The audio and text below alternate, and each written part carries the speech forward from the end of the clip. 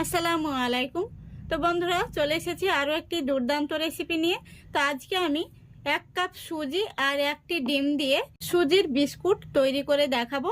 আর এই বিস্কুটটা আপনারা খুব সহজেই বানিয়ে নিতে পারবেন। আর এই বিস্কুটটা কিন্তু 1 মাস পর্যন্ত সংরক্ষণ করে রাখতে পারবেন। আর ছোট থেকে বড় কিন্তু সবাই ভীষণ পছন্দ করবে। তো চলুন শেষ পর্যন্ত ভিডিওটি দেখতে থাকুন। তো বন্ধুরা, এই বিস্কুটটা বানানোর জন্য দেখুন এখানে আমি 1 কাপ সুজি নিয়েছি আর মাত্র 1টি ডিম নিয়েছি। তো ডিমটাকে প্রথমে আমি ফাটিয়ে নিচ্ছি। এবার এই ডিমের মধ্যে আমি দিয়ে দিচ্ছি চিনি। দেখুন এখানে আমি নর্মাল চিনি 1/3 কাপ নিয়েছি। তারপরে খুব ভালো করে এই ব্লেন্ডারে গুঁড়ো করে নিয়েছি। এভাবে চিনিটা দিলে খুব সহজেই কিন্তু মিশে যায়। আপনাদের হাতের কাছে ব্লেন্ডার না থাকলে আপনারা শিলকিতে গুঁড়ো করে নেবেন। দিয়ে দিচ্ছি দেখুন সামান্য পরিমাণে লবণ। এবার একটি হ্যান্ড উইস্ক দিয়ে ডিম, চিনি আর লবণটাকে খুব ভালো করে আমি ফেটে নেব। যেহেতু চিনিটাকে আমি গুঁড়ো করে নিয়েছি তাই খুব সহজেই কিন্তু এই চিনিটা মিশে যাবে। দেখুন খুব ভালো করে ডিম, চিনি আর লবণটাকে আমি ফেটে নিয়েছি। এবার এখানে আমি 1 প্যাকেট গুঁড়ো দুধ নিয়েছি, এটা দিয়ে দিচ্ছি। এই গুঁড়ো দুধটা দেওয়ার কারণে বিস্কুটটা খেতে কিন্তু অনেকটাই টেস্টি হবে। গুঁড়ো দুধটাকেও আমি খুব ভালো করে ফেটে নেব। দেখুন গুঁড়ো দুধটা মিশে গিয়ে কিন্তু একটি ক্রিমের মতো তৈরি হয়েছে। আর বিস্কুট বানানোর ক্ষেত্রে এইভাবে তৈরি করে নিলে বিস্কুটগুলো দারুণ টেস্টি হয়। এবার এর মধ্যে আমি দিয়ে দিচ্ছি 1 কাপ সুজি। সুজিটা আগে আমি ভালো করে মিশিয়ে নিচ্ছি। দেখুন সুজিটা খুব ভালো করে মিশিয়ে নিয়েছি। এবার এর মধ্যে আমি দিয়ে দেব 1 কাপ ময়দা। দেখুন আমি যে কাপে মেপে সুজি দিয়েছি ঠিক সেই কাপে মেপে ময়দা দিয়ে দিলাম। এবার আবার আমি হ্যান্ড উইস্ক দিয়ে মিশিয়ে নিচ্ছি। এবার আমি হ্যান্ড উইস্কটা তুলে নেব। তারপরে হাত দিয়ে সুন্দর করে একটি ডো মেখে নেব।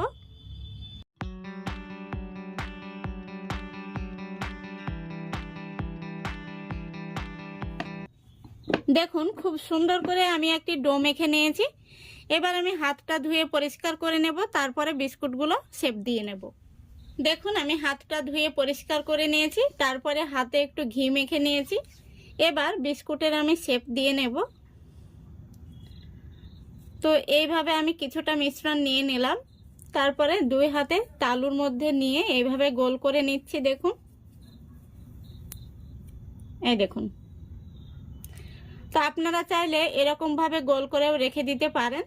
তো আমি একটি চামচ দিয়ে সামান্য পরিমাণে দেখুন এইভাবে দাগ দিয়ে ডিজাইন করে নিচ্ছি।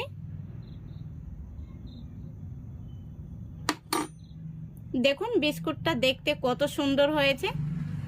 এইভাবে আমি সবগুলো বিস্কুট তৈরি করে নেব। আরও একটি বিস্কুট আমি আপনাদের তৈরি করে দেখিয়ে দিচ্ছি।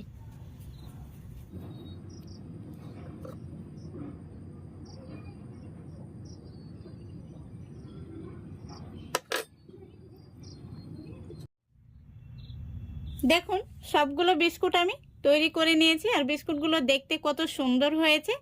তো এবার আমি এই বিস্কুটগুলোকে তেলের মধ্যে ভেজে নেব। বিস্কুটগুলো ভাজার জন্য দেখুন গ্যাসটা অন করে একটি ফ্রাই প্যান বসিয়ে দিয়েছি। ফ্রাই প্যানের মধ্যে দিয়ে দিচ্ছি সাদা তেল। তেলটাকে আমি খুব ভালো করে গরম করে নেব।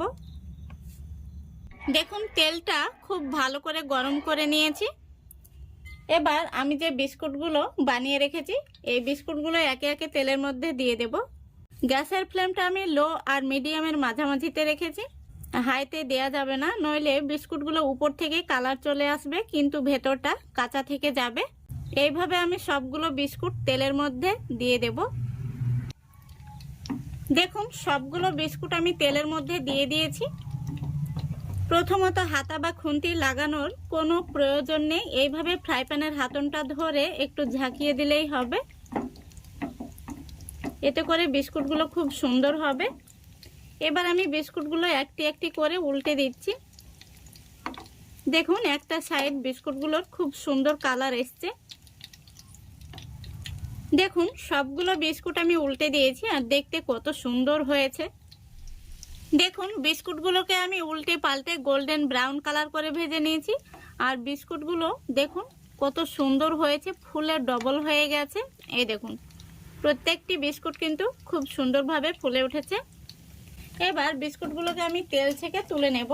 এই বিস্কুটগুলো গরম অবস্থায় নরম থাকে আর ঠান্ডা হয়ে গেলে মুচমুচে হয়। আপনারা একবার হলেও বাসায় ট্রাই করবেন, আশা করছি অবশ্যই আপনাদের ভীষণ ভালো লাগবে। আর এই বিস্কুটগুলো আপনারা একবার বানিয়ে 1 মাস পর্যন্ত সংরক্ষণ করে রাখতে পারবেন।